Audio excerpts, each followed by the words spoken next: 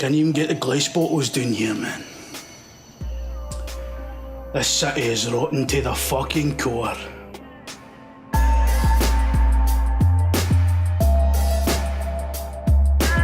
Alright, I'm Detective Inspector Tam fucking McGleish of your Scotland Yard, and this week I've been firing into your watchdogs. And watchdogs you cut about is this fucking delinquent here, Aidan Pearce, a cybercriminal vigilante who reckons he's on a personal quest to avenge the death of his niece, but actually spends most of his time fannying about with hallucinogenic drugs. Fucking dick. Aidan's got this magic phone that lets him do loads of daft shite like raid folks' bank accounts and burst the drains, flush toilets and make Montrose win the league. Which is a lot of nonsense to me. I can't even get Snapchat to work on this fucking thing. There you are. See Ubisoft, right? Ubisoft have their open world formula down to a T. This is Assassin's Creed with phones, or Far Cry 3 in a city. Like what Fallout 3 was to Oblivion when you strip it right down. Same shite, different window dressing. And you know what? It's fucking great. It's a formula that I thoroughly enjoyed throughout the last console generation and continue to do so in this scene.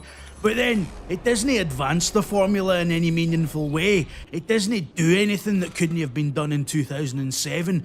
For all the bluster about it being the proper start in X-Gen, the end product is barely distinguishable from its spiritual predecessors, and that's kinda a shame, you know?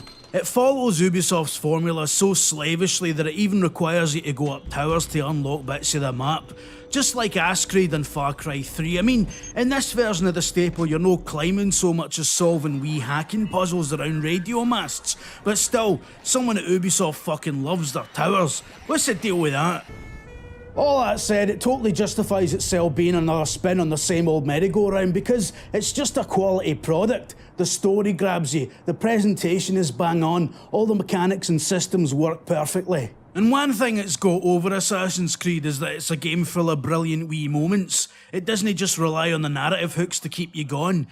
I'm getting plenty of kicks out of using well-timed traffic pile-ups, raising barriers, giving the police some aggro and then using the tools at my disposal to make every car chase a fucking thrilling one. It's a great showcase of emergent gameplay and a much better one than Ubisoft's other big franchises. It's fucking busting with stuff today and all. You can't walk for 10 feet in this city without some side task popping up that takes you on a mad wee 5-minute adventure. You definitely get your money's worth out it with the sheer amount of content on offer. Screw it, I took it. It was shiny. I'm sorry for using the word content, by the way. It makes me want to fucking top myself. There's more minigames in here than a Nintendo launch title, and they're all fucking great wee things in their own right.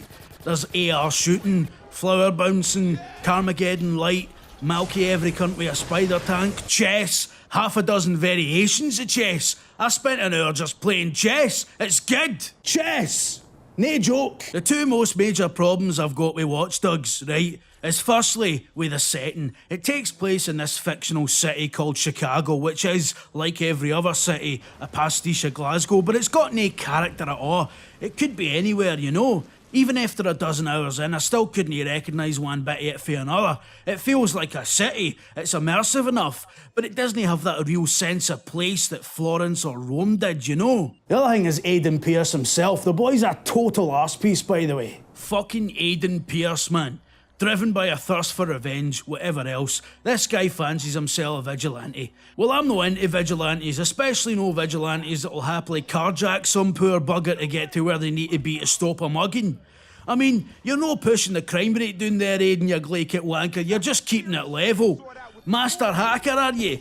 I'll hack your dick off with a wet sponge, you scumbag. It's that thing, somebody invented the word for it. Fucking, what was it called? Oh, Burns! Right. What's that thing when you're a bad cunt when you're not on a mission, but you're a good cunt when you're on a mission? What the fuck are you blathering about? There's a word for it. It's like a narrative paradox. Ludonarrative dissonance? That's the one. Londis, nourishing dividends. Ludonarrative dissonance. Right. Lunatic. Bastard. Fuck.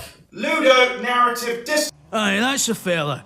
Ludonarrative dissonance, where the delinquent shite you get up to as a player is at odds with the motivations of the protagonist. It's pretty fucking in your face in Watch Dogs like. Luckily Aiden comes off as a massive tosspot in every cutscene, so it actually kinda makes sense that he'd be a blinkered prick about the amount of destruction he brings to the lives of innocent folk in his mission to right one wrong. But you're supposed to be rooting for him, eh? Well, I'm no rooting for you, Aiden, or your stupid hat, you overdressed cunt. So to sum up, it's fucking brilliant, but it's also a load of shite. No dugs in it either. There's our fucking review. I'll see yous later.